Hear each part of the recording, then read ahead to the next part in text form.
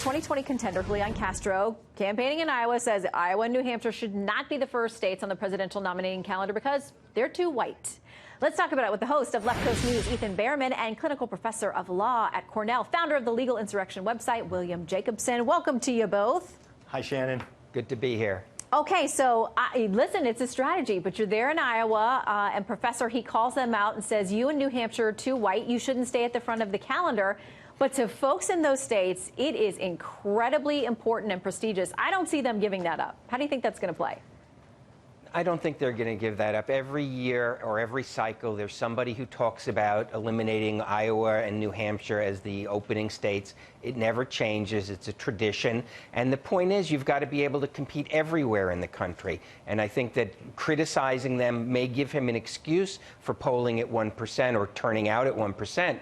But the fact of the matter is, it's a different type of politics. It's a very retail politics. And it's a politics of getting people out to caucuses and then to the polls. And so it's a good test. So I don't think it's going to change, and I don't think it should change. Well, and somebody who's polling much better is Senator Elizabeth Warren there in Iowa. She was asked about it, kind of put on the spot, and she sort of said to the interviewer, like, you're not going to really get me to criticize those two states right now. But what she said was she's just a player in the game. Ethan, she didn't want to get into whether it was too white to really represent the Democratic Party.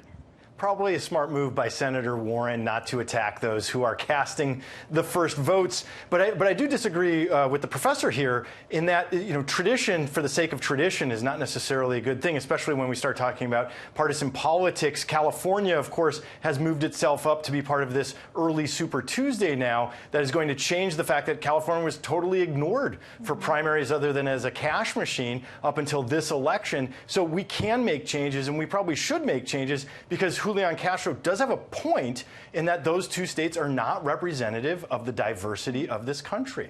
Okay, so billionaire Michael Bloomberg, former New York City mayor, filing in Alabama, talking about really mounting this late run. Now we hear that former Massachusetts Governor Deval Patrick may get in. And Mark Penn says, don't count out another key individual. Here's what he says. There's still a couple of days here. I don't know whether she'll look at the Michael Bloomberg thing and say, the field's too crowded now, I missed my opportunity, or the opposite.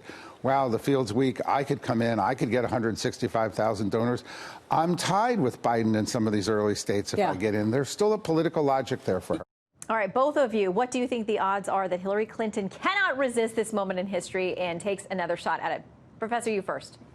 Well, she wants to get in. There's no doubt about that. Whether she will get in, I think it's 50-50. I would not be surprised. Joe Biden is a very weak front runner, and I think Hillary sees an opportunity. She thinks she won the last election. She thinks it was stolen from her. So I don't see why she wouldn't get in. Okay, Ethan, they have not welcomed Bloomberg with open arms. How do you think the field would feel about Hillary showing up?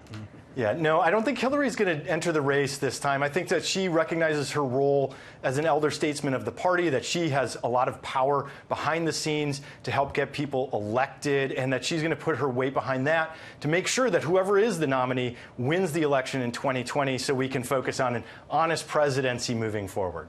Okay, so let's go back to Senator Amy Klobuchar, who is still fighting in the race, and talking about the fact that Mayor Pete Buttigieg, who is young and interesting in a lot of ways, but she says, referring to herself, Warren, and Senator Kamala Harris of California, Klobuchar suggests a woman would not be on the debate stage if she had the same qualifications as Buttigieg. Quick comment from you both on that point, Professor.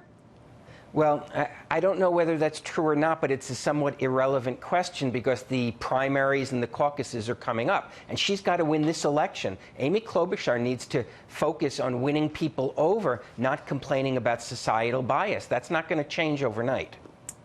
Ethan?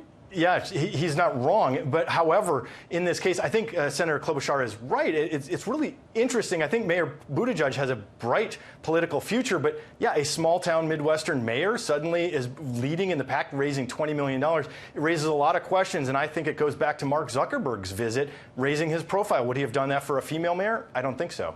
Well, he continues to climb in the polls and is showing very well in a tough state like Iowa. So we'll continue to track that. The next debate is just a few days away. Ethan, Professor, thank you both for joining us tonight. Great. Thanks, Shannon. Thank you.